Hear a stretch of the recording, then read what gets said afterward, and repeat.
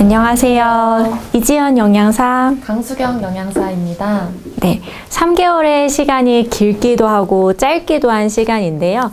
이 기간을 잘 보내면 구토나 소화 불편감, 덤핑 증후군 경험 없이 잘 지나갈 수도 있고, 또 체중도 시작 체중의 20% 내외 정도 감량되는 시기라고 볼 수 있습니다.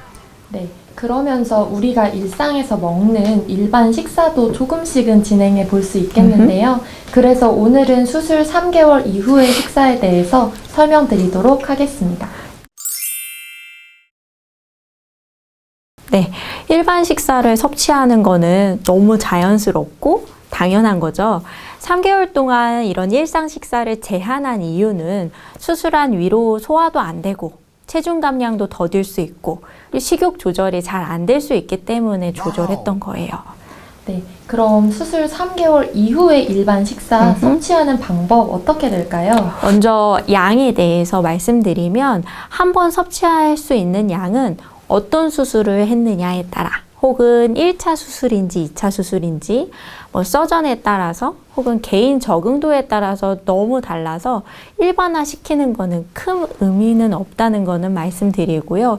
본인의 적정량은 본인이 압니다.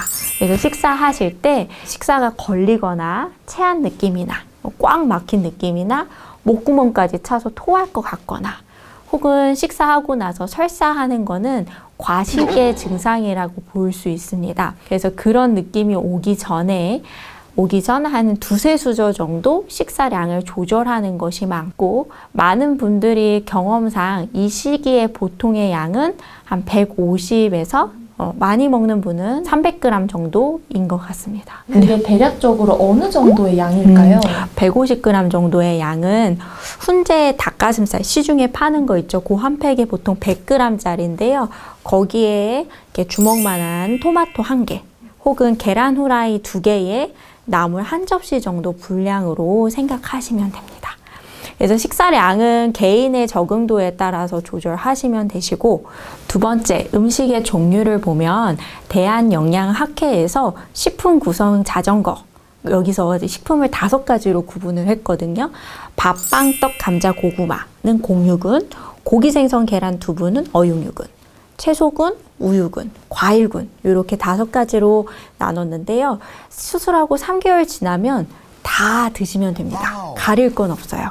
골고루 다 드시는데 비율을 고기, 생선, 계란, 두부, 어육류군을 식사의 50% 정도 챙겨주시고, 채소군은 30%, 밥, 빵, 떡, 감자, 고구마, 공유군은 20%의 비율로 식사를 챙겨 드시는 것을 추천드립니다.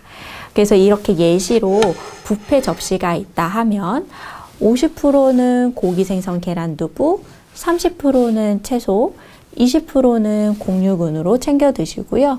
이런 소스나 드레싱은 한두 티스푼 정도로 조절하시면 됩니다. 선생님, 그럼 혹시 이 정도 시기가 됐다 하면은 외식도 할 수 있을까요? 네, 그럼요. 외식할 때도 이 비율을 적용해서 단백질 위주의 식사로 탄수화물은 적게 조절해서 드시면 됩니다. 그럼 외식이나 배달 음식을 통해서 식사를 하는 경우에는 어떤 것이 좋을지 메뉴를 추천해 주신다면 뭐가 있을까요? 먼저 단백질 식품하고 채소가 주가 되는 메뉴가 좋겠죠. 고기로 보면 양념이 되어 있지 않고 기름기가 적은 고기 종류로 선택하시면 되겠습니다. 기름기가 많은 고기는 열량도 높지만 기름기 때문에 속이 니글거리고 또 지방변이 생길 수 있기 때문에 기름이 적은 부위를 선택하시는 게 좋은데요. 돼지고기로 보자면 갈매기살, 목살, 안심, 등심, 앞다리살, 뒷다리살 이런 쪽에서 비계가 적은 쪽으로 골라 드시면 되시고, 소고기는 안심, 부채살, 우둔살 이런 부위가 기름기가 좀 적고요. 우둔살은 보통 육회로 쓰죠. 메뉴로 보자면 수육, 편백찜 이런 것도 괜찮으실 것 같아요.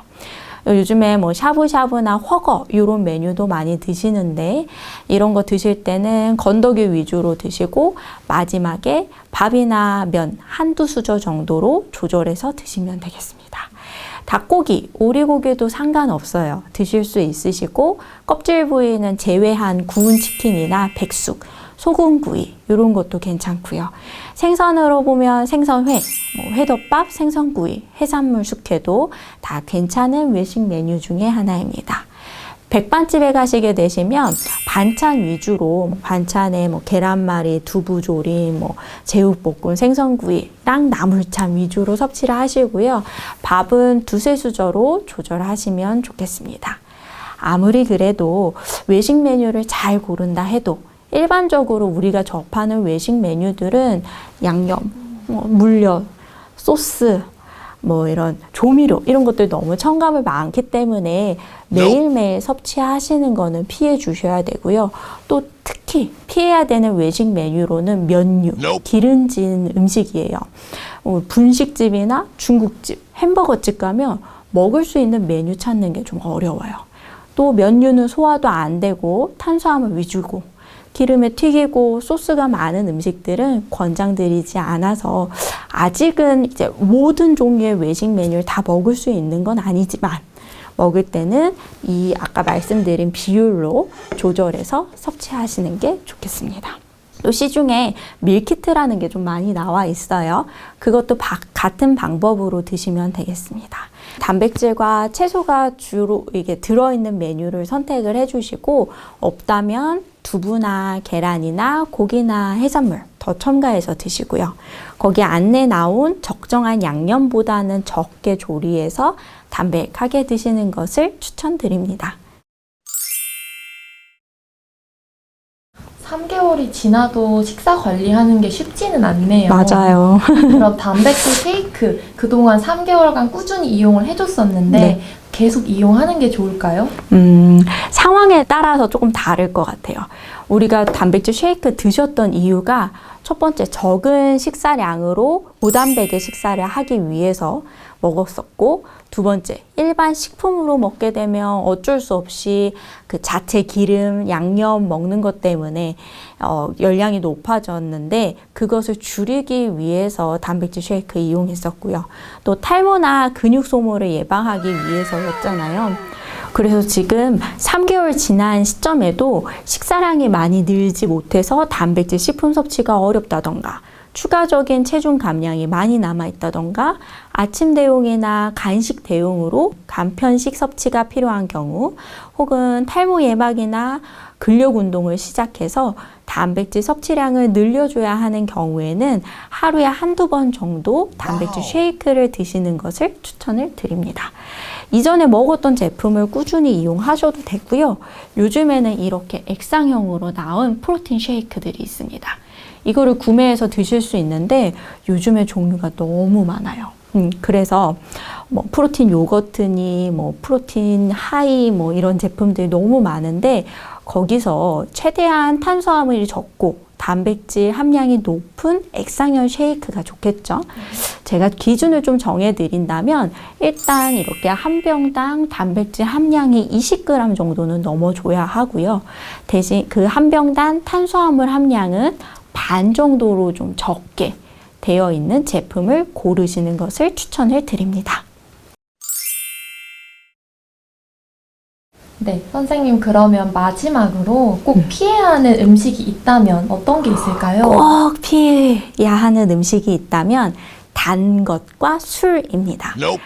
회사 동료가 이렇게 슬쩍 건네준 초콜릿 하나가 어린 자녀가 먹고 있는 그 과자 한두 조각이 또 저녁에 입이 심심해서 까먹은 과자가 체중 감량을 더디게 합니다. 심지어 요요의 원인이 되기도 합니다. 수술 초기에도 마찬가지고 3개월이 지나서도 제한할 것은 단 간식, 단 음료, 정제당에 들어있는 간식들이고요. 또 한 가지는 술입니다. 술에 관련된 이야기는 너무 많지만 간단히만 말씀드리면 3개월 차까지는 아직 체중이 더 빠질 수 있는 시기고요. 식사 섭취가 부족하기 때문에 영양적으로 또 결핍이 생길 수 있는 시기입니다. 그래서 술 때문에 빠질 수 있을 만큼 체중이 못 빠지기도 하고 혹은 술 때문에 영양 실조가 있을 수 있기 때문에 최대한 음주는 뒤로 미루는 것이 좋습니다. 결국에는 이전에 가지고 있었던 좋지 않은 그런 식습관들이 다시 생겨나지 않도록 조절해주는 게 가장 중요할 것 같습니다. 네, 맞습니다. 그리고 자주 외래에 오셔서 영양사와 주치의와 상담을 하시는 게 중요합니다. 오늘은 여기까지 설명드리겠습니다. 감사합니다.